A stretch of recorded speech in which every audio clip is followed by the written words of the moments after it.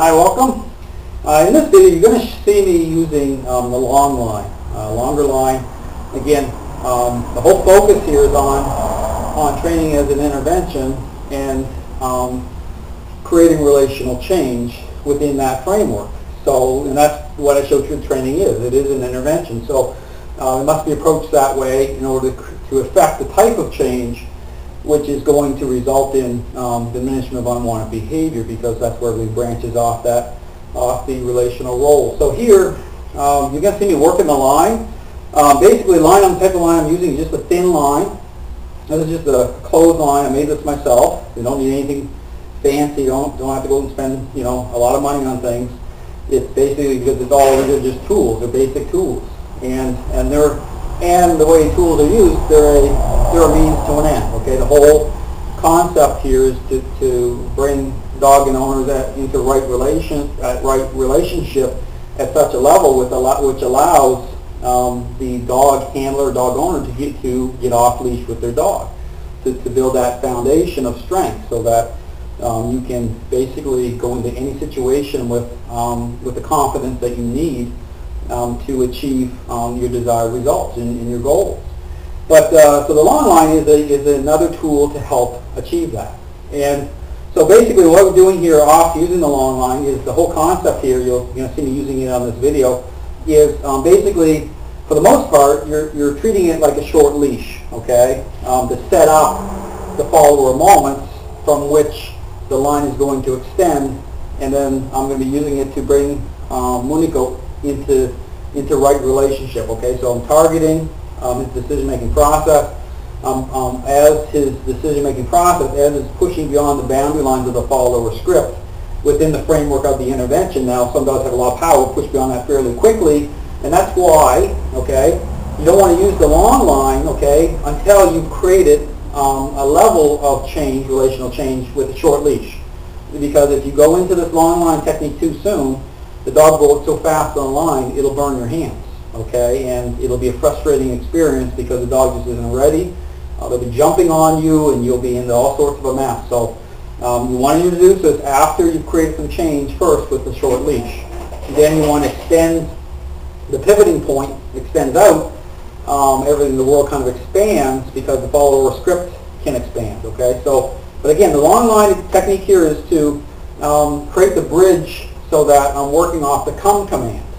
So basically, how this works is the setup is, again, short leash first. You see me treat it that way. I'm bringing the dog into the staging area so I can bring him into the follower script through a follower moment. So generally I use the push-pull technique to create that, okay, bring his mind under influence. And then within the script, as that follower moment takes hold, then I'm saying the word okay, I'm stepping away so the bridge can extend itself, okay. And of course, the follower script, even though you brought your dog's decision-making process into that script, it's going to erode out relationally fairly quickly, again, depending on how much power the dog has. So it'll affect the moment that you're in. But again, as these moments build, as you bring the dog in, use this technique to bring your dog into that script.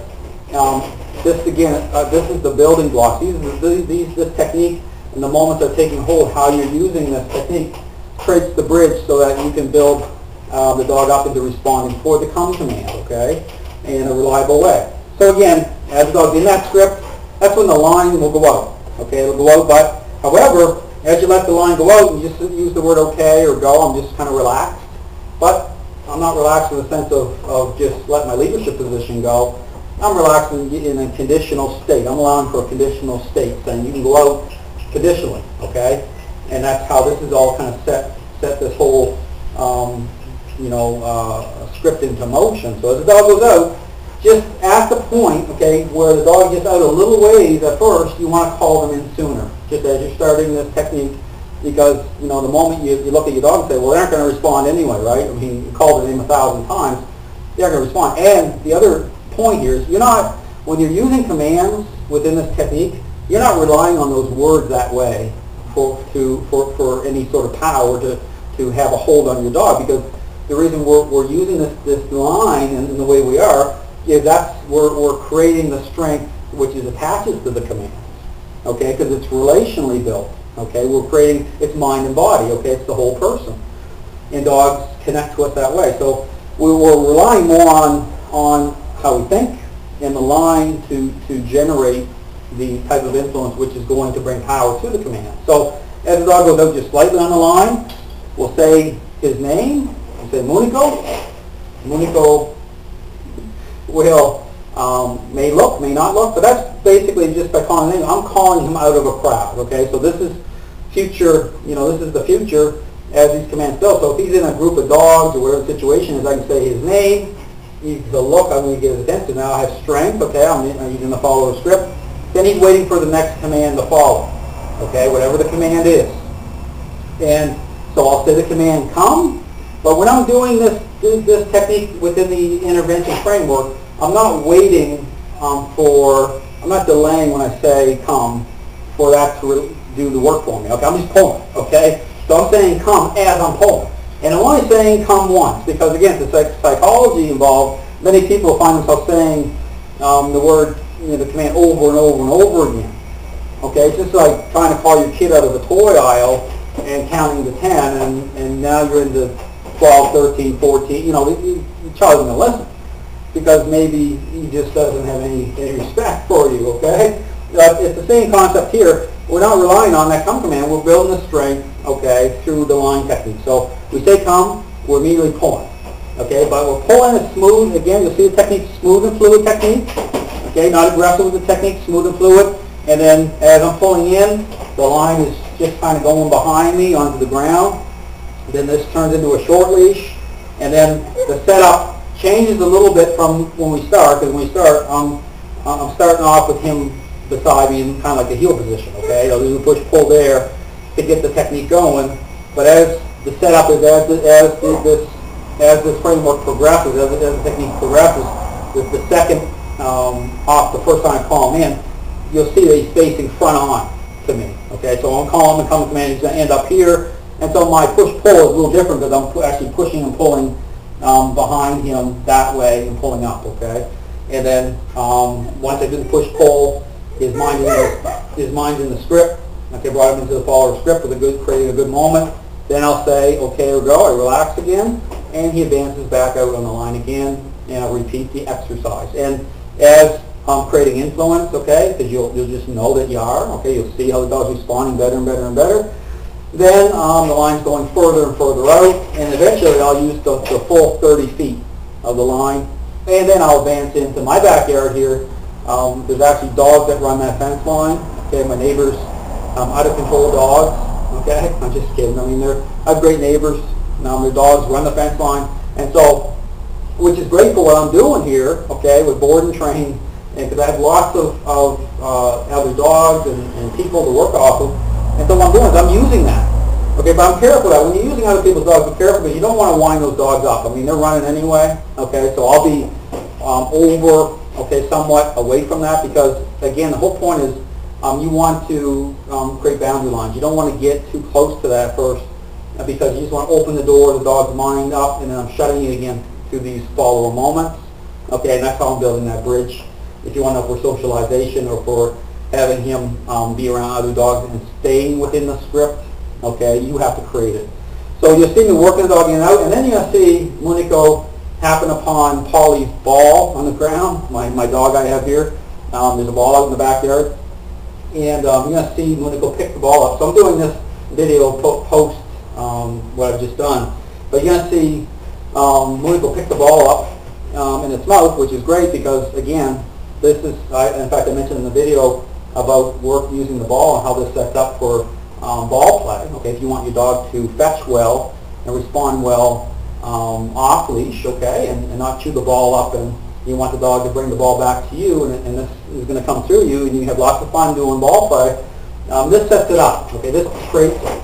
So you'll see Munico, I'm creating a good moment first in the follower script before I throw that ball out. Okay, and the ball goes out. Again, be careful when you throw the ball out that you don't hang the dog out on this line. Okay, so don't be stepping on the line. Make sure it's well away from, and so there's some clearance. So as the dog rushes out for the ball, there's not going to be any tension or anything to create a jerky motion on that line. Okay, so at first I recommend not throwing the ball out too far at first until you get really comfortable with this technique. But once Munico gets the ball, you'll see immediately I'm pulling the dog in. And then I'm bringing Munico back into the script. And it's interesting because here's one of the examples where you'll see what I'm talking about as it relates to influence, okay? Because as I'm doing the push-pull technique, okay, and the ball is in Munico's mouth, you'll see the tension in the jaws start to relax, okay, and the mouth opens because the mind is opening, okay, coming into that script, and the ball drops, okay? So, you know, and then I'm hooking the word out as the ball drops. I'm saying out as it happens. I'm going to bring that command into harmony with getting the dog to release the ball, okay? But you do the push-pull technique, and again, if the dog's overly possessive of that ball, you'll be doing the push-pull technique, and you got to hold it. I mean, and now the push-pull technique as such is not meant to hurt the dog, okay? You're pulling up on I'm using a straight collar, so you're pulling up with a straight collar, you're pushing on the back, but again, dogs are pretty strong. They'll try to buffer that. But it doesn't mean I'm bringing, I'll increase it to a certain level, but it's not meant to choke the dog, okay? That's important. But then I'll bring it to a tipping point a little bit, and then I'll hold it, okay? Because what happens is, it's my psychology mostly involved really doing this. The dog really can sense your mind if you're solid. I'm just holding them locked in. The dog is going to release it, okay? So it's all more about the strength of how you think rather than physical strength. I mean, they're connected. So just so people understand what's really at work here, it's more about you creating clear lines, okay? Your imagery, the pictures you paint in your mind, that's why I can get away with not relying on certain devices, because I'm going by the nature, okay? I'm taking it right to the basic level here, so that I can see and other people can see what is actually generating change. Okay, that's important. That's why people really want to know why I don't use, say, remote collars much. I very rarely use them. The only time I use a remote collar is if the person is physically disabled and I have to use it a little bit. I'll use it. I've used it a little bit for protection work, so different context there. I'm not saying they aren't a reliable tool for some, but the thing is I don't want the focus to change on what is creating change. Okay, I don't want to be overly focused on device. So here, I've changed locations. I'm now in my backyard. I'm going to be doing the Longline method. But basically, the idea with the Longline again is to set up the come command. It's to create, bring the dog under influence, to build up the strength of the command, but it's to bring the dog into the follower script, and you're building that bridge to have a dog that's going to respond or align properly within the context of the relational role. So here, this area here on the other side, have a lot of dogs that were running fence lines, my neighbor's dogs. They're running the fence lines. So I'm going to use that, okay, to help build the script, because as Munico wants to, go towards the other dogs, as that door opens in his mind, and he starts to push beyond the boundaries of the follower script that way, because right now, again, this is an intervention, I'm going to bring his mind under influence and bring him in and bring him, create a good follower moment, okay? So I'm setting the script up so that I'm creating these follower moments, but I'm building on the follower script, okay? So it's like just in and out with the line and creating. So the line is treated like a short leash, okay, when he comes in, but the idea here is working the technique of the long line. You have to be able to work it so that it's setting this all up so that the long line actually becomes oftentimes just a short leash, okay? So I'm using the longer line as he does better, or I'm still doing better because I'm doing better, okay? I put the right perspective there, but it's important to understand exactly how change is happening. Anyway, you're going to see you working the line, same setup. So to start off the technique, you can start off right beside you, push-pull technique, okay, to get him into the follower script, okay, so it's coming through me, okay, you'll see the head turning in or the eyes will look up, and then okay or go, and just relax, let him go a little bit, and I'll be pulling him in. So just, I can walk away from him at this point. Munico, come. Pull, pull, pull. Right in. Now, the step is to be in front of me now, so push, pull, and then another moment. And go out.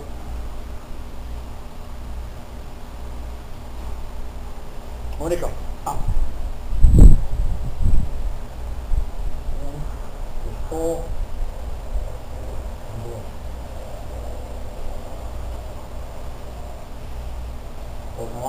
Again, call his name. Munico, come. Right in, right in, right in.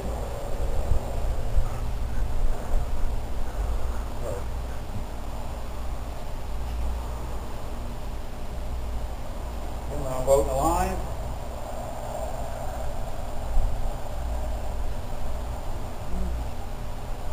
Munico, come. Right in. Turn on. Push pull. Out.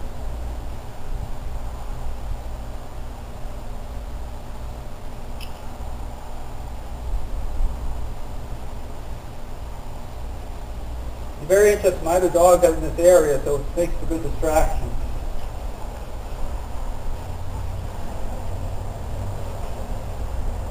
Munico, come. Right in. Push pull. Out again.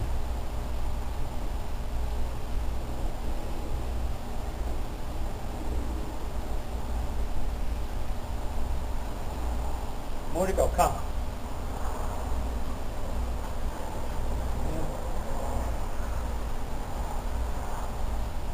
Okay.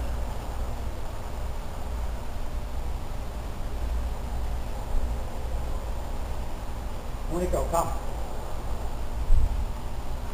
Good boy. Go.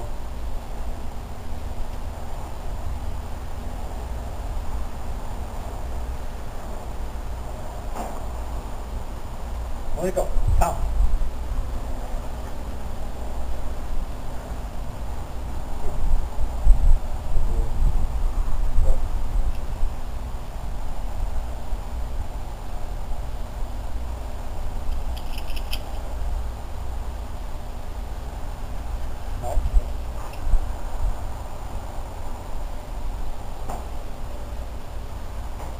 Munico, come.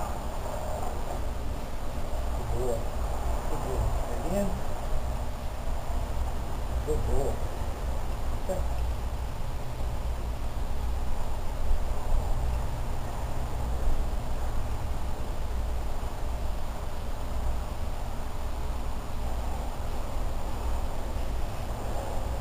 Again, so you say his name and then pull him in. Munico, come. You see he's already, the strength of the commands is already starting to take hold. Okay, you'll see that. He starts coming in. Okay, I'll roll it again. There's actually a ball there. Now he's got a ball in his mouth. Munico, come. Perfect example. Got a ball in his mouth. Out. You'll see him drop the ball. See that? Out from in. Now, good. Just kind of sets up again. You can work off this off the ball as well. So now I have a ball. But again, we want the right relational context here. We want the ball to come through me. So as I throw the ball out, okay, I'm going to bring him in. But I want to create a follow moment first. So push pull first. Goes out. Bring it. Come. Right in, right in, right in. Yeah. Out. Out. Good boy. Now, it's interesting because what you see is when you do the push-pull command, the push-pull, his state of mind decreases and the mouth open. Okay? So you see how influences the mind, impacts the mind. And then I'll patch the out command as he drops it. Okay? So again, set up of the ball, push-pull first.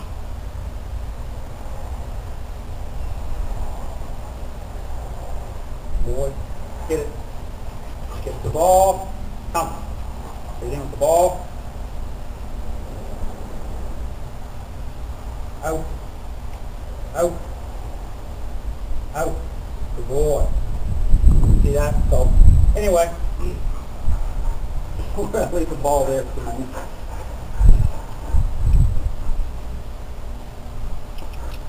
So there, I just want to give you a good glimpse of the Longline method. Okay, you can see how the ball attaches to this whole exercise. Okay, this relational exercise. So when you get a hold of the ball, of course, his state of mind. I mean, a dog that has power, you have to be careful when introducing the ball because that's why dogs won't bring the ball back because the context of how the ball, to them, through nature, through how they're connecting relationally, defines how they're going to respond to the ball.